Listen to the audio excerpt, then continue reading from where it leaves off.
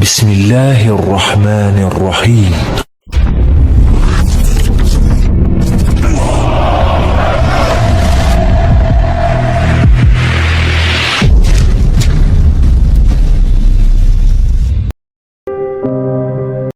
Steve Jobs, setelah saya nanti tidak ada, setelah nanti saya mati, kalian semua tak lama lagi kembali ke zaman batu.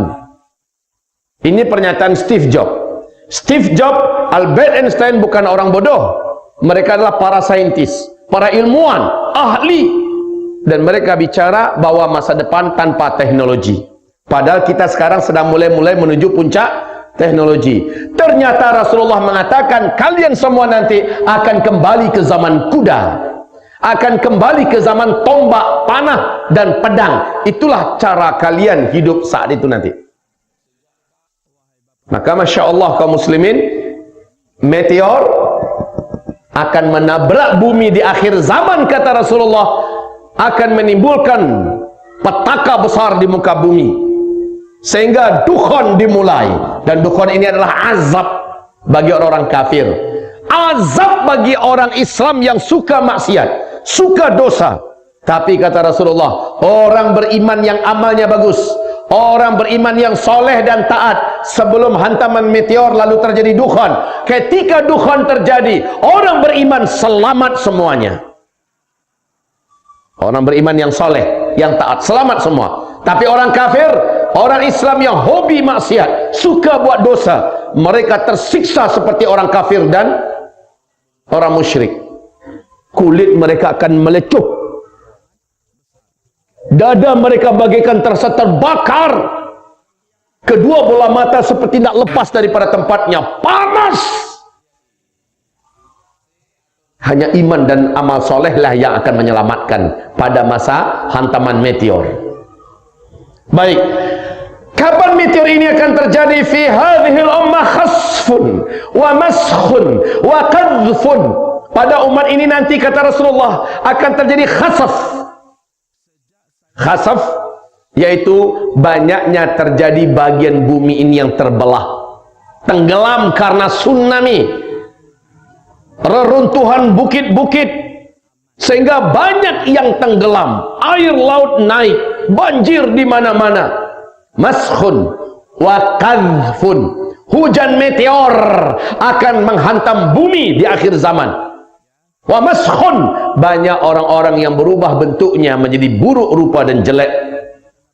Qalu, para sahabat bertanya, wa matadzak ya Rasulullah, alangkah mengerikan yang engkau sampaikan ini ya Rasulullah, kapan itu akan berlaku? Nabi bersabda, apabila umatku sudah melakukan tiga benda ini, tiga perkara ini bersamaan, secara serentak mereka buat. Kalian temukan di zaman itu serentak. Idza zaharatil qainat, ini yang pertama. Wal ma'azif, ini yang kedua. Wasyuribatil khumur, ini yang ketiga. Apabila umatku di mana-mana sudah banyak bermunculan biduanita, penyanyi-penyanyi wanita di mana-mana. Kedua, wal ma'azif, apabila musik, alat-alat musik sudah disenangi, dicintai, disukai oleh umatku di mana-mana. Di mana-mana. Bahkan Arab Saudi yang dulu paling terkenal, tertutup dalam masalah ini sejak 2 tahun belakangan, ketika Arab Saudi dipegang oleh Muhammad bin Salman, Arab Saudi sudah menjadi negara liberal. Dan kita sudah dengar, di mana-mana di kota-kota besar di Arab Saudi sudah sering diadakan konser-konser musik raksasa. Betul tidak? Jangankan itu lagi, di depan Masjidil Haram, di bawah Hotel Safwa, kan ada tempat orang biasa menjual muratal Quran. Al-Quran dan muratal Quran banyak dihidupkan di sana. Asal kita lewat di Hotel Safwa, pasti hidupnya muratal Quran.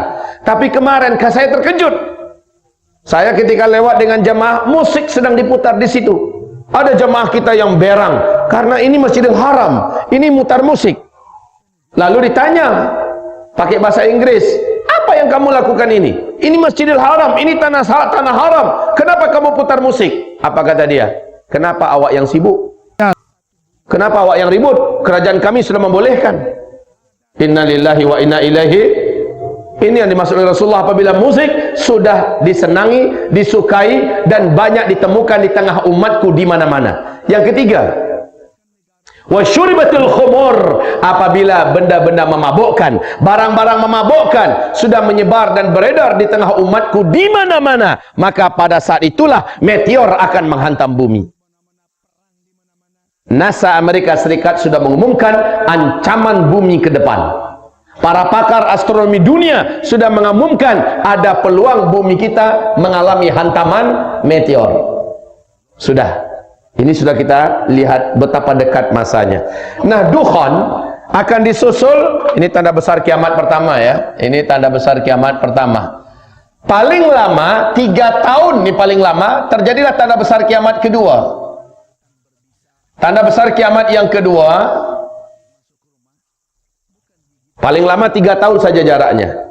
Muncullah, lepaslah satu manusia dari keturunan Adam yang paling ditakuti dan dikhawatirkan kemunculannya oleh seluruh para nabi dan rasul. Manusia ini kelak akan menyebut dirinya adalah Tuhan, dan dia diberi oleh Allah kemampuan di mana hanya Allah yang mampu melakukannya.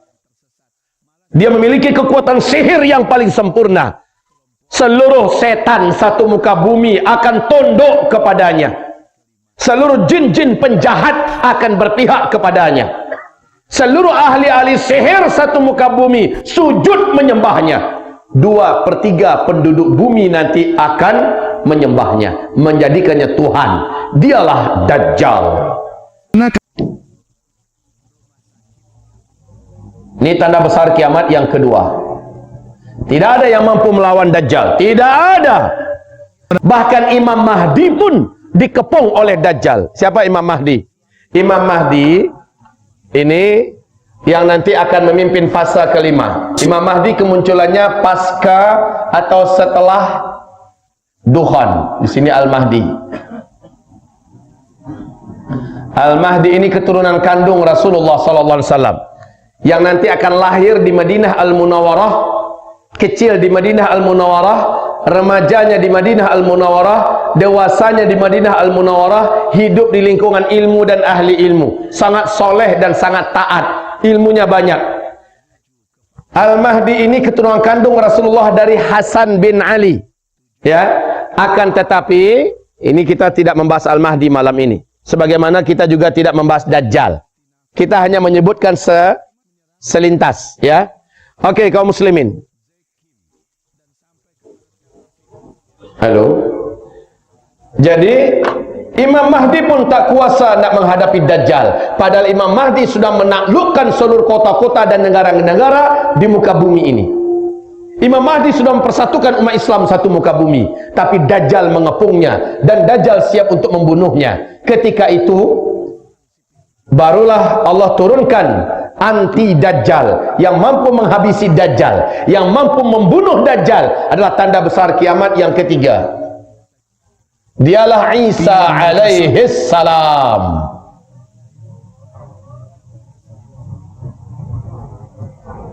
Isa alaihis salam.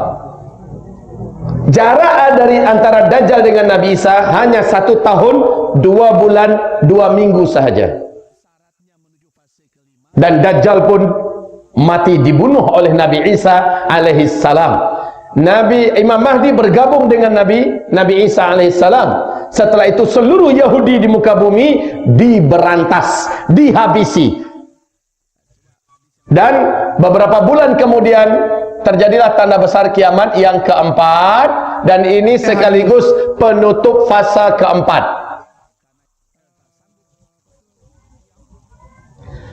Apa itu? Yaitu yang Allah ceritakan dalam surat Al-Kahfi ayat 94 sampai 100. Ya'juj dan Ma'juj, ya. Inilah dia bangsa yang paling jahat, paling brutal, yang akan membunuh siapapun yang manusia yang mereka jumpai.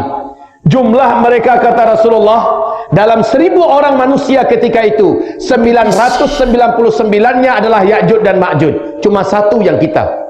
Maka tidak ada satupun manusia di bumi boleh melawan Ya'juj dan Ma'juj. Bahkan Nabi Isa pun dengan Imam Mahdi beserta orang-orang beriman disuruh oleh Allah lari dan bersembunyi dari Ya'juj dan Ma'juj. Singkatnya, Ya'juj dan Ma'juj langsung Allah yang akan musnahkan dengan kekuasaan Allah. Lalu bumi kembali menjadi aman dan tenang. Imam Mahdi menjadi khalifah pada fasa kelima. Inilah dia masa-masa aman. Masa-masa aman. Tidak ada satupun manusia di muka bumi berperang. Tidak ada bencana-bencana alam di mana-mana. Bahkan seluruh hewan buas dibuat jinak oleh Allah. Seluruh binatang-binatang berbisa diangkat bisanya oleh Allah. Seluruh manusia makmur sejahtera. Tidak ada yang miskin. Tidak ada satupun orang-orang miskin di muka bumi. Bahkan kata Rasulullah SAW, hidup di dunia bagaikan hidup di dalam surga. Senang betul, masa-masa aman. Inilah dia janji Allah, tegaknya kembali khilafah Islamiyah memimpin seluruh dunia dengan konsep kenabian. Nah, pada masa ini akan terjadi tiga tanda besar kiamat. Tanda besar kiamat yang kelima, matahari terbit dari sebelah barat. Saya singkat saja MTB. Matahari terbit dari sebelah barat. Hanya satu kali saja terbitnya. Setelah sebelumnya bumi gelap gulita selama 3 malam berturut-turut. Lalu kemudian matahari diperintahkan oleh Allah, kembalilah engkau ke tempat biasanya engkau berada, dan muncullah dari tempat biasanya engkau tenggelam. Matahari pun terbit dari sebelah barat, naik sampai ke pertengahan atas. Sampai di atas, matahari kembali tergelincir menuju ke arah barat dan tenggelam seperti biasa. Besoknya matahari terbit seperti biasa dari arah timur. Pada waktu duhanya terjadilah tanda besar kiamat yang ke-6, yaitu firman Allah surat An-Naml. Surat An-Naml ayat yang ke-82. Keluar dari dalam perut bumi seekor binatang raksasa, berkaki banyak, bertangan banyak. Binatang ini sangat baik dan ramah. Dia boleh berbicara dengan bahasa manusia mana saja. Dan dia membawa tongkat Nabi Musa dan cincin Nabi Sulaiman. Binatang ini memberi tanda dengan cepat kepada